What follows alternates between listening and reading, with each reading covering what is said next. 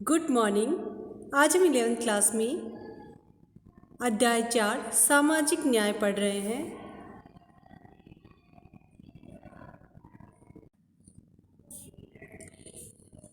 प्रेम के बहुत से रंग होते हैं और उनकी व्याख्या कर पाना आसान नहीं।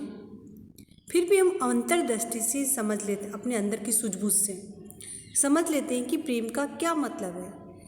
ठीक उसी तरह न्याय के बारे में भी हमारी एक सहजानुभूत समझ होती है। सहजानुभूत यानी जिस तरह अंतर्दृष्टि से हम अपन प्रेम के बारे में समझते हैं, उसी प्रकार न्याय के बारे में भी हमारे मन की अंतरात्मा से एक अनुभूति होती है, उससे हम न्याय को समझ लेते हैं। हालांकि हो सकता है कि हम इसकी ठीक ठीक परिभाषा नहीं दे सकें। इस मायने में न्याय भी बहुत हद तक प्रेम जैसा है। इसके अतिरिक्त प्रेम और न्याय दोनों अपने समर्थकों में, समर्थक यानी किसी विचारधारा के जो अनुयायी होते हैं, समर्थकों में भावप्रवण अनुक्रियाएं पैदा करते हैं। ये दोनों ही चीज़ें भावनात्मक है। जैसे प्रेम को वैसे ही न्याय को भी कोई बुरा नहीं कहता।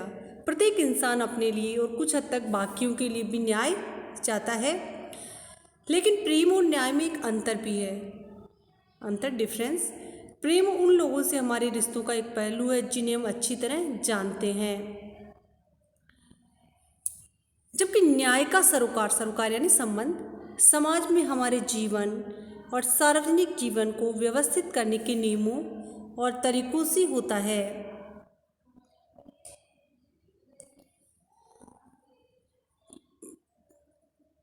जिनके द्वारा समाज के विभिन्न सदस्यों के बीच सामाजिक लाभ और सामाजिक कर्तव्यों का बंटवारा किया जाता है। इसीलिए न्याय का प्रश्न राजनीति के लिए केंद्रीय महत्व की चीज है। तो बेटा आज अपन पढ़ रहे हैं सामाजिक न्याय। तो पहले अपन न्याय का अर्थ समझ रहे हैं। न्याय की तुलना की गई प्रेम से। जिस तरह प्रेम की व्याख्या आसान नहीं होती, बल्कि एक भावनात्मक अंतर्दृष्टि से समझी जाने वाली चीज़ होती है, उसी तरह न्याय को भी हम अपने अंतरात्मा से अनुभूति से उसको महसूस कर सकते हैं, समझ सकते हैं। हो सकता है कि हम उसको सही ढंग से उस तरह परिभाषित नहीं कर पाए जिस तरह की राजनीतिक विचारक कर पाए। तो इतना है कि न्याय भी प्रेम की तरह ही है, क्योंकि दोनों ही भावनात्मक है, दोनों में ही भावनात्मक अनुक्रियाएं होती है। जैसे प्रेम को कोई बुरा नहीं करता, वैसे न्याय को भी कोई बुरा नहीं करता। और सभी इंसान खुद के लिए भी, सबके लिए, समाज में सबके लिए न्याय चाहता है, लेकिन इन दोनों में एक अंतर है, डिफरेंस है। प्रेम उन लोगों से होता है जिनसे हमारे रिश्तों का एक पहलू है, जिन्हें हम जानते हैं, जबकि न्याय का संबंध संपूर्ण समाज से है, हमारे जीवन और सार्वजनिक जीवन से है। हमारे जीवन को, सार्वजनिक जीवन को व्यवस्थित करने के लिए जो नियम होते हैं, उनका संबंध न्याय से होता है।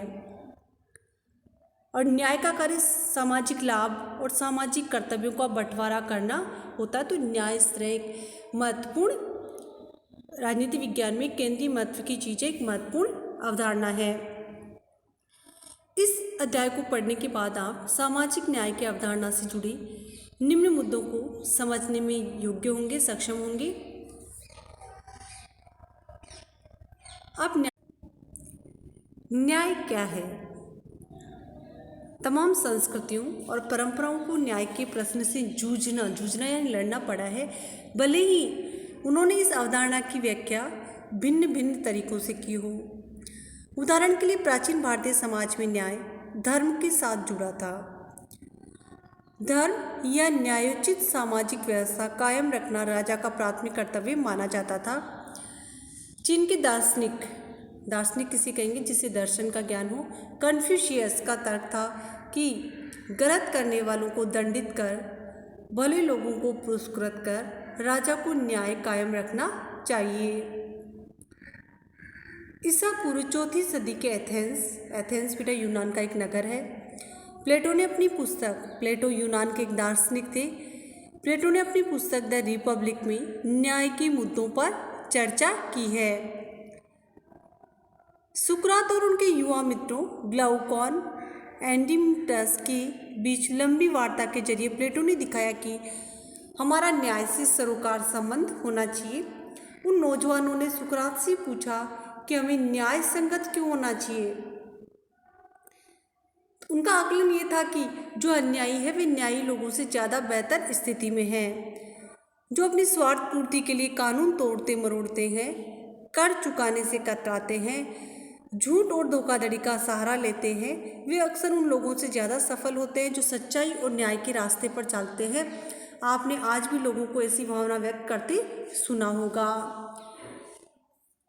तो आज अपन न्याय के बारे में बेटा चर्चा कर रहे हैं कि न्याय क्या है।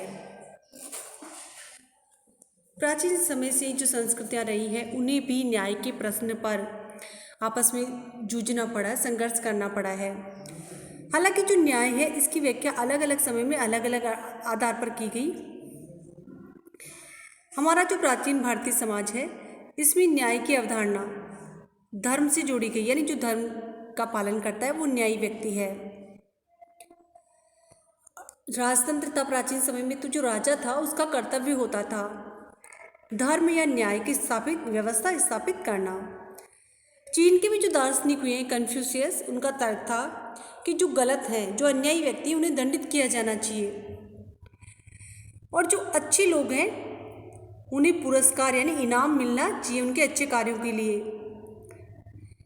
तो ये राजा का कार्य चीन में माना गया था। इसके बाद में अपन बात करते हैं ईसा पूर्व 4वीं सदी, ईस्वी सन के आरंभ होने से पहले 4वीं सदी में यूनान में एथेंस, जो कि एक वहाँ का प्रमुख नगर था, वहाँ के दार्शनिक प्लेटो ने अपनी पुस्तक द रिपब्लिक में भी न्याय के मुद्दों पर चर्चा की है। प्लेटो ने न्याय की विस्तृत व्याख्या की अपनी पुस्तक रिपब्लिक में। उसने ये बताया कि प्रत्येक व्यक्ति के द्वारा अपने कर्तव्य का पालन करना और दूसरों के कार्यों में हस्तक्षेप न करना ही न्याय है। इसके अलावा प्लेटो ने सुकरात और उनके मित्रों के माध्यम से एक बहस के माध्यम से बताया है कि न्याय से क्या संबंध होना चाहिए, न्याय क्या है।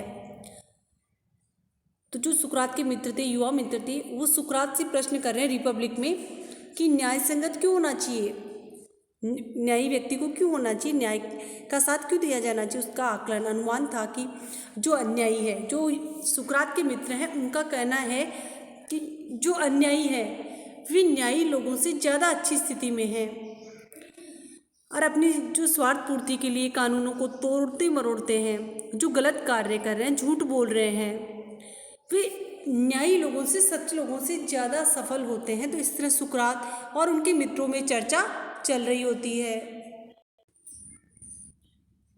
सुकरात ने अपने जो नौजवान मित्र हैं उनको याद दिलाया कि यदि हर कोई अन्यायी हो जाए, यदि हर आदमी अपने स्वार्थ के लिए कानून के साथ खिलवाड़ करे, तो किसी के लिए भी अन्याय से लाभ पाने की गारंटी नहीं रहेगी, कोई भी सुरक्षित नहीं रहेगा और इससे संभव है कि सबको नुकसान पहुंचे। इसलिए हमारा दीर्घकालीन एक लंबी अवधि के लिए चलने वाला जो हित है कि हम कानून का पालन करें और न्यायी बने। सुकरात ने स्पष्ट किया कि हमें न्याय के अर्थ को स्पष्ट रूप से समझने की जरूरत है ताकि हम ये देख सकें कि न्याय संगत होना क्यों महत्वपूर्ण है। उन्होंने बताया कि न्याय का मतलब सिर्फ ये नहीं होता कि हम अपने मित्रों का भला करें और दुश्मनों का नुकसान करें या फिर अपने हितों के पीछे लगे रहें। न्याय में तमाम लोगों की भलाई निहित रहती है, सम्मिलित रहती है। जिसे एक डॉक्टर अपने सभी मरीजों की भलाई की चिंता करता है, उसी तरह न्याय संगत शासक, सरकार को भी जनता की भलाई की चिंता करनी होगी। जनता की भलाई की सुनिश्चितता में हर व्यक्ति को उसका वाजिब हिस्सा देना शामिल है। ये विचार कि न्याय में हर व्यक्ति को उसका वाजिब हिस्सा देना शामिल है, आज भी न्याय की हमारी समझ का एक महत्वपूर्ण अंग बना हुआ है। तो अपन चर्चा सुन रहे थे सुकरात और उनके मित्रों की। तो सुकरात के जब मित्र कहते हैं कि आज के युग में झूठ बोलने वाले, फरेब करने वाले और जो अन्यायी व्यक्ति वो ज़्यादा सुखी हैं, तो सुकरात उन अपने मित्रों को याद दिलाता है कि अगर हर कोई अन्यायी हो गया, हर कोई अपने स्वार्थ के लिए कानून के साथ खिलवाड़ यानी कानून को तोड़ने का कार्य करे, तो किसी के लिए भी अन्याय से लाभ पाने की गारंटी नहीं रहेगी, फिर समाज में कोई भी सुरक्षित नहीं रहेगा और हो सकता है इसके सबको नुकसान पहुंचे। तो सुकरात अपने मित्रों को समझाते हैं कि एक दीर्घ अवधि के लिए जो हमारा हित है कि हम कानून का पालन करें और एक न्यायी बने। तो सुकरात अपने मित्रों को कहते हैं कि हमें न्याय के अर्थ को स्पष्ट रूप से समझने की जरूरत है, ताकि हम ये देख सकेंगे कि हमें न्याय संगत, न्याय का पक्षधर होना क्यों आवश्यक है। न्याय का मतलब सिर्फ ये नहीं होता कि हम अपने मित्रों का, अपने रिश्तेदारों का भला करें और जो हमारे मित्र नहीं है, जो हमारे दुश्मन है, उनका नुकसान करें। न्याय में तमाम समाज के सभी लोगों की भलाई होती है, सम्मिलित होती है। जैसे एक डॉक्टर के लिए सभी मरीज एक जैसे होते हैं, सभी मरीजों की भलाई की चिंता रहती है, उसी प्रकार जो न्याय संगत राजा, न्यायी राजा होता है, उसको भी जनता की भलाई की चिंता करनी होगी। और जब जनता की भलाई की चिंता करेगा तो सभी व्यक्तियों को न्याय मिल सकेगा।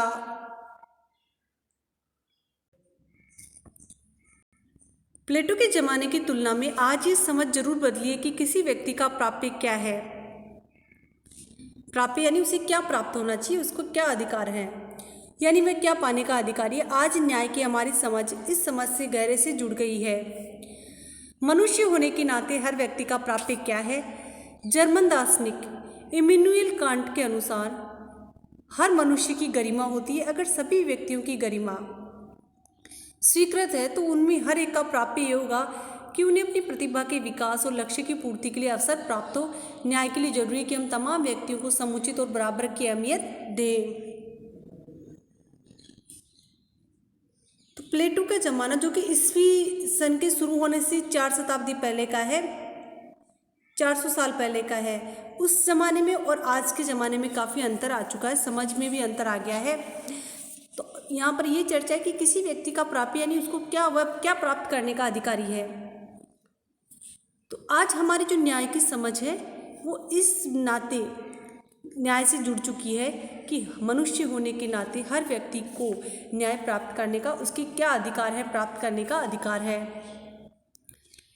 जो जर्मन दार्शनिक है इमैनुएल कांट,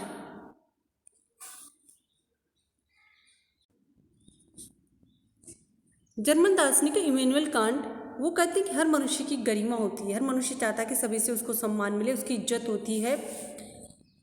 तो सभी व्यक्तियों की गरिमा स्वीकृत होनी चाहिए, सभी को सम्मान मिलना चाहिए। तो उनमें से हर एक का अधिकार ये होगा कि उन्हें अपनी प्रतिभा यानी उनके अंदर जो कौशल छिपा हुआ है उसके विकास को प्राप्त करने के साधन मिले, और जो उसका लक्ष्य है उसकी पूर्ति के लिए उसे समान अवसर प्राप्त हो। और न्याय तभी मिल सकता है जब सभी व्यक्तियों को बराबर अहमियत मिले, बराबर अधिकार मिले।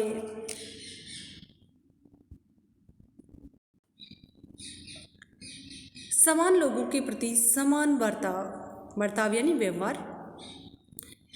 हालांकि आधुनिक समाज में तमाम लोगों को समान महत्व देने के बारे में आम सहमति, सभी को समान समझना चाहिए, सभी को सम्मान दिया जाना चाहिए। लेकिन ये निर्णय करना आसान नहीं कि हर व्यक्ति को उसका प्राप्य कैसे दिया जाए। प्राप्य यानी जो व्यक्ति क्या प्राप्त करने का अधिकारी है। इस संबंध में कई सिद्धांत पेश किए गए। उनमें से एक है समकक्षों के साथ समान बर्ताव का सिद्धांत। समकक्ष यानी जो हमारे बराबर के हैं उनके साथ बराबरी का व्यवहार किया जाए। माना जाता है कि मनुष्य होने के नाते सभी व्यक्तियों में कुछ समान चारित्रिक विशेषताएं होती है, इसीलिए वे समान अधिकार और समान बर्ताव के अधिकारी हैं। आज अधिकांश उदारवादी जनतंत्रों में कुछ महत्वपूर्ण अधिकार दिए गए हैं। इनमें जीवन, स्वतंत्रता, संपत्ति के अधिकार जैसे नागरिक अधिकार शामिल हैं। इसमें समाज के अन्य सदस्यों के साथ समान अवसरों के उपभोग करने का सामाजिक अधिकार है, और मताधिकार जैसे राजनीतिक अधिकार भी शामिल हैं। ये अधिकार व्यक्तियों को राजनीतिक प्रक्रियाओं में भागीदार बनाते हैं। तो टॉपिक अपन पढ़ रहे हैं बेटा, समान लोगों के साथ समान बर्ताव। तो आज के जो युग है इसमें सभी लोगों को समान महत्व कैसे दिया जाए, हर व्यक्ति जो प्राप्त करने का अधिकारी है उसे उसका अधिकारी कैसे बनाया जाए। तो इनमें कई सिद्धांत हैं। इनमें जो सिद्धांत है समकक्षों के साथ समान बर्ताव का सिद्धांत, यानी जिनकी परिस्थिति समान है उनके साथ समान व्यवहार किया जाए। मनुष्य होने के नाते सभी व्यक्तियों में समान चारित्रिक विशेषताएं होती है, इसीलिए वो समान अधिकार प्राप्त करने के लिए और समान व्यवहार प्राप्त करने के अधिकारी हैं। आज विश्व के अधिकांश देशों में लोकतंत्र है। लोकतंत्र में सभी नागरिकों को स्वतंत्रता, संपत्ति के अधिकार, नागरिक अधिकार शामिल है। और जो समाज है उसमें समान अवसरों को प्राप्त करने का अधिकार भी शामिल है। मताधिकार का अधिकार शामिल है। मताधिकार यानी वोट देने का अधिकार। तो ये अधिकार व्यक्तियों को राजनीतिक व्यवस्था में भागीदार यानी साझेदार बनाते हैं। राजनीतिक व्यवस्थाओं में सहभागिता करने का अधिकार देते हैं। समान अधिकारों के अलावा समकक्षों के साथ समान बर्ताव के सिद्धांत के लिए जरूरी है कि लोगों के साथ वर्ग, जाति, नस्ल या लिंग के आधार पर भेदभाव न किया जाए। नस्ल यानी रंग के आधार पर उन्हें उनके काम और कार्यकलापों के आधार पर जांचा जाए, इस आधार पर नहीं कि वे किस समुदाय के सदस्य हैं। इसलिए अगर भिन्न जातियों के दो व्यक्ति एक ही काम करते हैं, चाहे वह पत्थर तोड़ने का हो या पिज्जा बांटने का, उन्हें समान पारिश्रमिक मिलना चाहिए। यदि किसी काम के लिए एक व्यक्ति को 100 रुपये और दूसरे व्यक्ति को 75 रुपये सिर्फ इसलिए मिलते हैं क्योंकि वे भिन्न जाति के हैं, तो ये अनुचित है। अनुचित यानी गलत, अन्यायपूर्ण होगा। इसलिए यदि स्कूल में पुरुष शिक्षक को महिला शिक्षक से ज़्यादा वेतन मिलता है तो ये फर्क भी नाजायज और गलत होगा, गलत चीज़ है। तो हम समान अधिकारों की बात कर रहे हैं, समकक्षों के साथ समान बर्ताव की बात कर रहे हैं। तो पहले क्या समझना होगा? वर्ग, जाति, जैसे अपन बात करते हैं अमीर वर्ग, गरीब वर्ग, जातियाँ, अलग अलग जातियाँ होती हैं, जैसे कि हिंदू, ब्राह्मण, राजपूत। दूसरी जातियाँ नस्ल यानी रंग के आधार पर, गोरे और काले रंग के आधार पर। लिंग यानी स्त्री पुरुष के आधार पर, जो भेदभाव उनके साथ न किया जाए। किसी भी व्यक्ति की परख उसके कार्य के आधार पर की जाए, इसलिए नहीं कि वे किस समुदाय के हैं, हिंदू है, मुस्लिम है या किस जाति के हैं। जैसे किसी अपन एग्जाम्पल के तौर पर लेते हैं, दो व्यक्ति अलग अलग जातियों के, चाहे पत्थर तोड़ने का काम करते हुए पिज्जा बांटने का हो, उन्हें समान पारिश्रमिक यानी समान वेतन मिलना चाहिए। यदि किसी एक काम के लिए व्यक्ति को 100 रुपये मिल रहे हैं और दूसरे को 75, और वो सिर्फ इसलिए कि वो अलग अलग जाति के हैं, तो ये गलत होगा, अन्यायपूर्ण होगा, भेदभावपूर्ण होगा।